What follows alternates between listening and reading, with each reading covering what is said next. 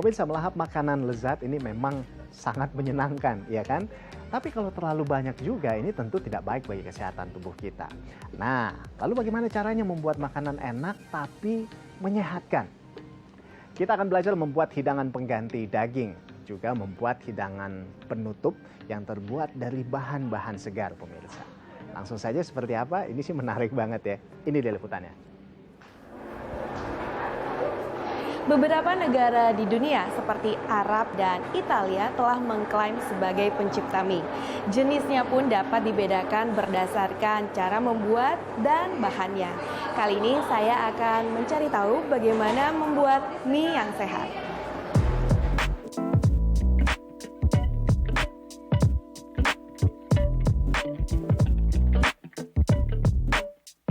Jadi bahan-bahannya ini kita di sini fokusnya yang gluten free. Apa sih gluten? Gluten itu protein dalam karbohidrat.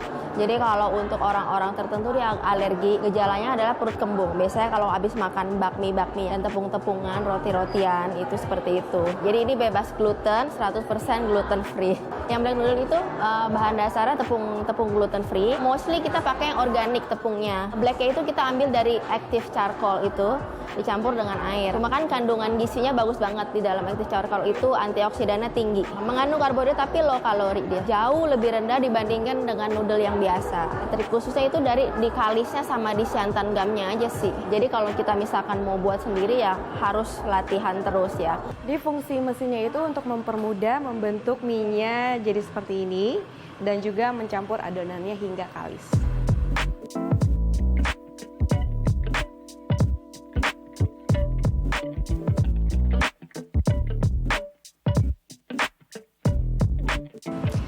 Proses pengolahan mie cukup sederhana sehingga makanan alternatif ini banyak digemari.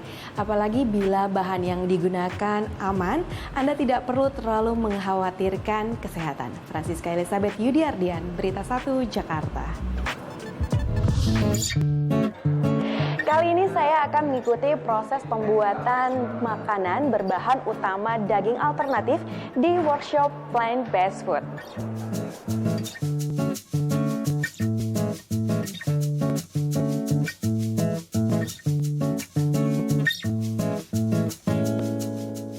Plant-Based Meat Workshop ini kami adakan untuk memperkenalkan kepada food industry di Indonesia mengenai tren dari future dari meat. Ini plant-based meat ini diarahkan untuk terutama menghadapi tahun 2050 yang diprediksi bahwa kita akan populasi di dunia ini menjadi 10 billion people. Kemungkinan kalau kita mengkonsumsi daging, itu kita akan menghabiskan lahan sebanyak 70% di muka bumi ini. Sedangkan kalau kita menggunakan bahan-bahan alternatif dari daging seperti dari tanaman, itu akan memperpanjang atau sustainable dari tanaman akan terjaga. Jadi untuk pembuatan plant-based meat ini kita menggunakan soy protein isolate, lalu ditambahkan juga sebagai pengentalnya atau memberikan teksturnya yaitu tepung beras dan juga kita gunakan tepung kedelai hijau. Selain itu untuk memberikan sensasi lemak kita gunakan canola oil dan coconut oil. Nah untuk membentuk satu aroma daging, kita harus mempunyai bahan masking yaitu untuk menutup aroma yang seperti aroma langunya dari soy. Masking flavor itu adalah suatu aroma yang dapat menutup aroma yang tidak diinginkan. Selain itu kita tambahkan juga concentrate seperti aroma smoky, ya, aroma beef, aroma meaty, ya, yang daging yang dicampur sedemikian rupa sehingga bisa merepresentasikan aroma daging yang seperti sebenarnya. Gitu.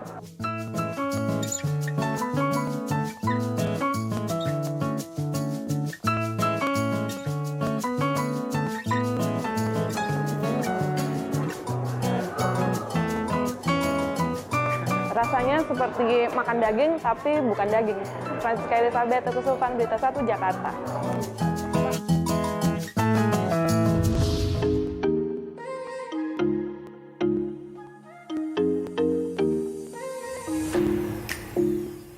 Protein merupakan nutrisi yang penting bagi tubuh. Kali ini saya akan mengikuti Lokakarya membuat kue yang kaya akan protein.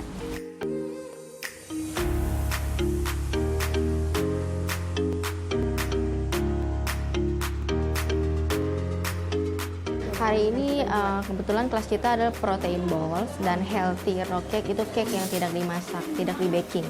Bahan utamanya dari nuts ya, almond dan cashew dan macadamia. Protein balls bahan dasarnya itu adalah protein whey sama kurma sama nuts juga.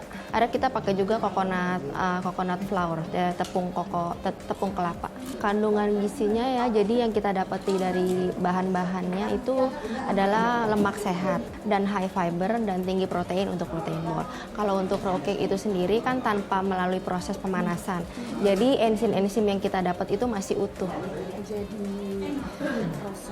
Supaya lebih awet aja sih, karena kalau nggak di frozen dia akan melting. Itu makanya namanya raw cake itu, jadi cake-nya itu nggak di baking. Kalau protein balls itu memang nggak dianjurkan untuk di frozen.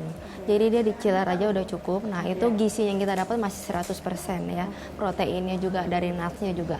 Kalau untuk raw cake itu ada sebagian nuts yang direndam, yang kita rendam semalaman ya.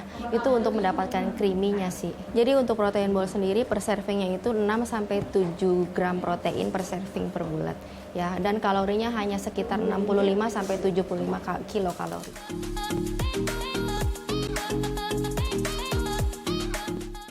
Kacang-kacangan adalah sumber protein yang baik ya.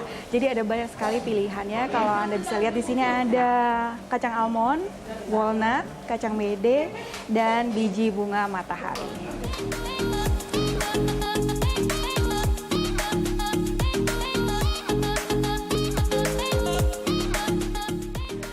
Dua kue ini dibuat tanpa proses memasak agar tidak mengurangi kandungan proteinnya. Tidak hanya cocok bagi Anda dengan gaya hidup veganisme, tapi juga yang ingin diet.